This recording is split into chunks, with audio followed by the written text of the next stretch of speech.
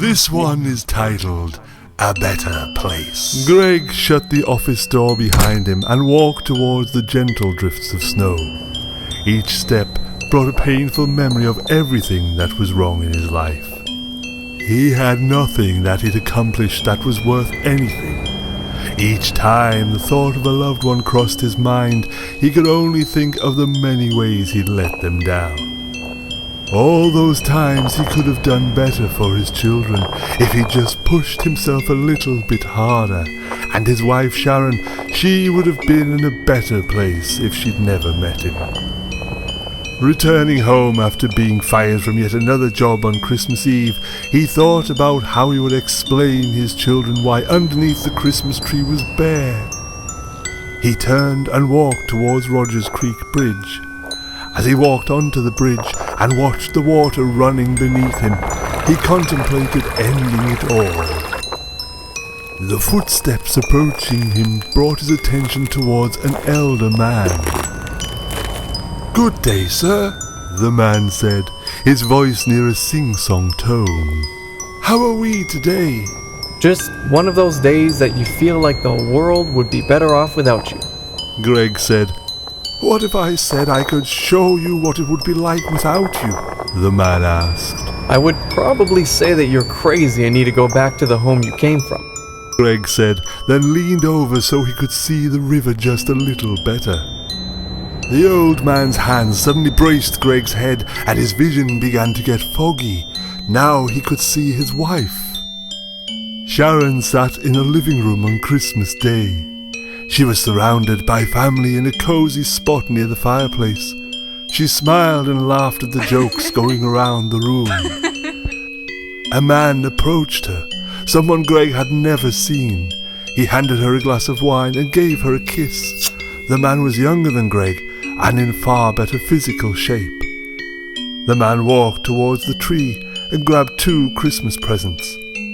Greg's children came running over in their pajamas and he handed them the presents. Thanks! Inside were toys that Greg could never afford, but the kids loved.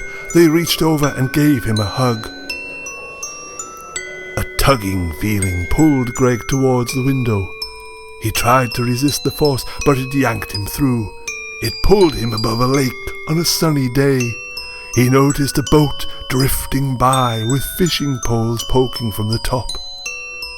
His father and brother were pulling on their lines while chatting with beers in their hands. "I'm proud of what you've accomplished," his father said. "You've earned a lifetime of wealth in just 11 months. I knew someone in our family would actually achieve something." "It wasn't easy," his brother said. Greg felt the tugging once more. This time it pulled him down. He expected to feel a splash, but found himself in a funeral home. A funeral was in session, and he noticed the picture was a headshot of him. He noticed that no one had tears in their eyes, not even Sharon. The children were occupying themselves with paper and crayons. Everyone appeared as if they'd rather be somewhere else, rather than being in such a dreary scene. Once more the tugging force pulled at him. He realized that it was dragging him towards the coffin. No! He fought the force and glanced over at Sharon one last time. She was on her phone. He stopped resisting and was pulled into the coffin. Slowly it shut over him. His vision went from darkness to the river below. The old man released his hands from his temple. Greg turned back and saw the elder grinning. Was it Greg said. all true? The man nodded. Greg turned and threw himself over the railing. This time he felt the splash of water, and its coldness engulfed him, taking the last bit of air from his lungs. The elder man leaned over the railing for a moment, then noticed another man on the other side of the bridge, weeping with his head against the railing. He skipped over to the man, humming, "It's a Wonderful Life." No!